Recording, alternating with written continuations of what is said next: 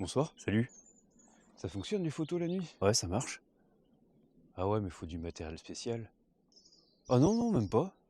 Ah ouais, il y a un mode nuit peut-être. Eh ben c'est ce qu'on va voir.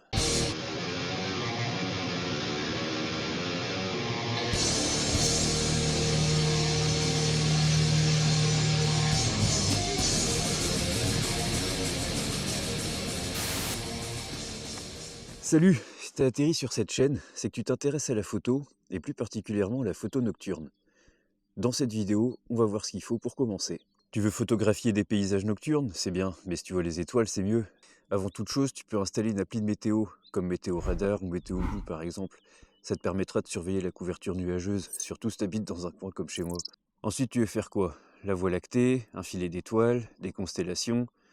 Pour ça, tu peux installer des applis comme Sky Safari, SkyChart, Ephemeris ou Stellarium sur ordinateur. Ça permettra de te repérer dans le ciel et de savoir à quelle heure et vers où te tourner. La météo est bonne, tu sais ce que tu veux faire et quand. Maintenant, il va te falloir un premier plan. Parce que le ciel, c'est bien joli, mais qu'un paysage, c'est encore mieux. Pour trouver ton premier plan, tu peux te promener la journée avec une boussole. Sinon, t'as Google Earth, t'as Map avec Street View, t'as Tool, c'est gratuit. Ou alors t'as Planet ou Photopills, qui sont deux applis payantes. J'ai Photopills, c'est super complet, tu peux savoir où se lève ou se couche le soleil ou la lune en fonction de la date. Ça te permet de faire plusieurs choses, comme calculer des temps de pause, si tu veux un filet d'étoiles ou au contraire des étoiles ponctuelles, en utilisant la règle S500, la règle NPF. Mais bon, ça c'est le triangle d'exposition adapté à l'astro, on verra ça plus tard, dans une autre vidéo. Si ce qui te tente, c'est plutôt les galaxies, les nébuleuses, ce qu'on appelle le ciel profond, en plus de ce qu'on a dit avant, tu peux aussi installer Telescopius, qui a des fonctionnalités intéressantes, comme la météo avec le seeing, donc la transparence atmosphérique, les turbulences, et un simulateur de champ de vision, pour savoir quelle focale utiliser. 200 mm par exemple pour Andromède, c'est suffisant, pas besoin d'avoir un gros télescope, parce qu'étonnamment sa taille apparente est supérieure à celle de la Lune. Bon, maintenant il va manquer l'essentiel, le matos. Donc pour ça évidemment il te faut un appareil photo, donc ça peut être un téléphone portable, un bridge, un réflexe, un hybride. Même si le réflexe et l'hybride sont à privilégier, si t'as pas de matériel, tu peux déjà commencer avec ton téléphone. Si t'as pas de matos et que tu veux en acheter, tu peux prendre un réflexe ou un hybride, ça te permet de changer d'objectif, voire de le mettre sur une lunette directement ou un télescope. T'as pas besoin de prendre le dernier truc à 3000, 4000, 5000 balles. Sur le bon coin, t'as des très bonnes occasions. Celui-là, je l'ai eu pour 400 balles avec 4 batteries, 3 cartes SD, un objectif, une housse. Enfin, tu fouilles. MPB aussi, c'est un site d'occasion. Et tu peux trouver du bon matos à pas trop cher. Après, tu as ton appareil, on va faire de la pause longue. Donc obligatoirement, ça t'as pas le choix. Un trépied, parce que tu vas pas pouvoir tenir des dizaines de secondes immobile complètement. Il va falloir mettre ton appareil, le stabiliser. Et même la pause longue de jour, hein, dépasser la seconde, t'as un flux de bouger à main levée, c'est inévitable. Déjà en diurne, si tu veux faire des cascades, des rivières, le trépied il est obligatoire. Alors là, de nuit, c'est comme si tu avais un gros filtre ND, t'as pas le choix.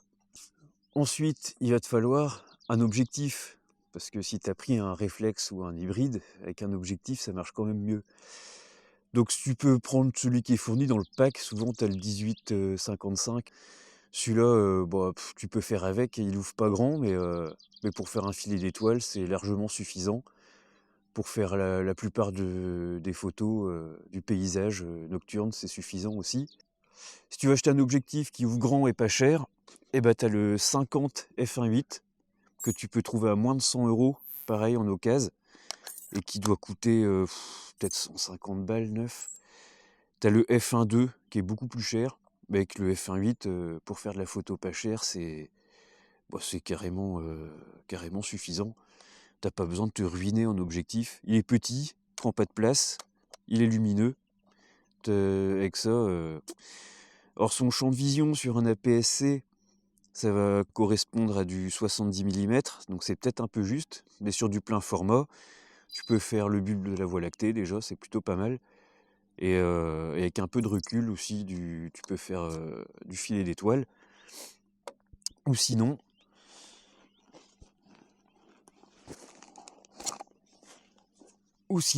chez Samyang, ils font des trucs sympas. Alors ça rebute les gens parce que bon, ah, c'est tout manuel, c'est tout manuel.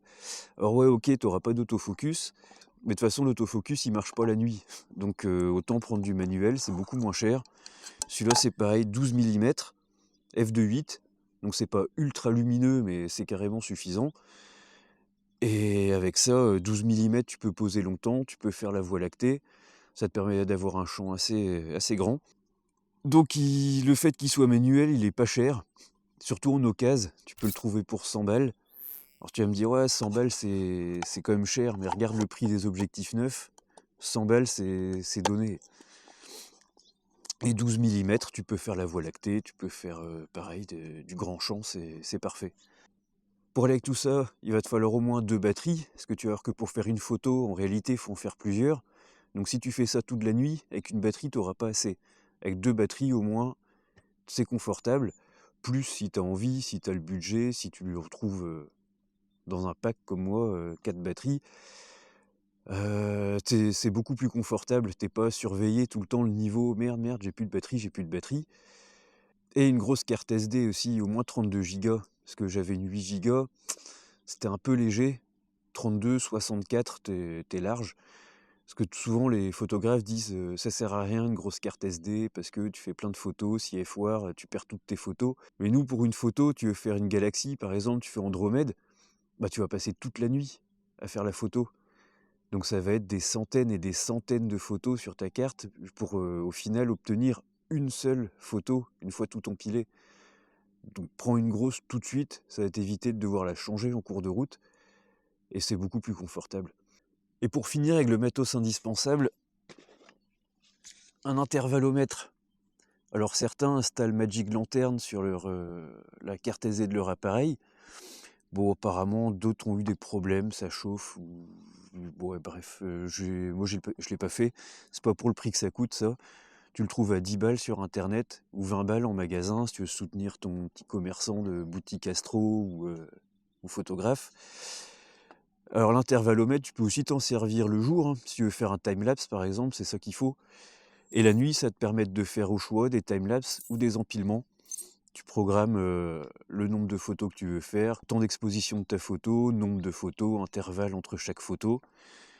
Donc ça fait partie des indispensables parce que même si tu fais une pose unique, comme, je me répète, mais comme c'est la pose longue, si tu appuies sur le bouton de ton appareil, même en serrant les fesses et en appuyant doucement, il va vibrer. Donc tu vas finir avec une photo soit floue, soit les étoiles vont faire des petites vagues. Donc tu utilises ça, tu le branches, tu appuies, photo nette direct. Et si t'as pas envie de t'embêter avec ça, bah, tu peux toujours mettre le retardateur de ton appareil, tu le mets sur 3 ou 5 secondes, t'appuies, comme ça les vibrations ont le temps de se calmer un peu avant que l'appareil se déclenche. Mais tu vas perdre un temps fou. Avec ça, tu programmes tout, tu lances, bip, bip, bip, paf, il fait tes photos.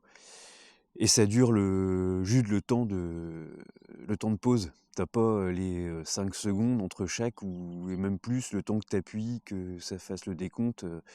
Là au moins tu le lances et c'est parti, c'est automatisé. Bon, t'as fait tes photos, maintenant on fait quoi? Eh ben tu les mets sur l'ordi, tu vas installer StarStax pour faire du filet d'étoiles, ou Sécator, faire de l'empilement en général. Donc filet d'étoiles, réduction de bruit. Et si tu es sur Mac, eh ben, tu vas voir Starry Landscape. Si tu es sur Mac, tu peux aller chercher Starry Landscape Stacker, qui est payant. Les autres sont gratuits, mais celui-là est payant.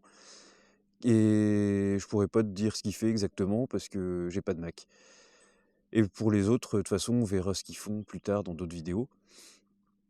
Ensuite, si tu as fait du ciel profond, bah, t'installes Cyril. Et pareil, qu'on verra plus tard.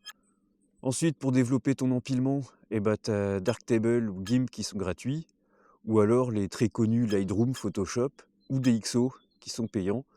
J'ai choisi DxO parce que c'est pas un abonnement, tu le payes, tu l'as à vie, et il fonctionne très bien.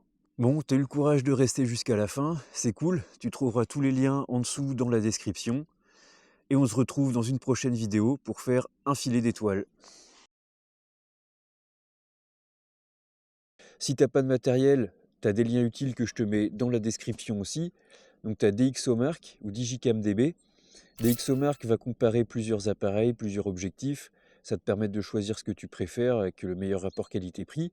Et DigiCamDB, lui, il va comparer la performance et la taille des capteurs suivant Sony, Canon, les modèles, les marques. Tu vas pouvoir regarder ça en détail, parce que peut-être que tu veux t'en servir la journée aussi de ton appareil, et te faire ton avis, et pareil, suivant ton budget, avoir le meilleur rapport qualité-prix.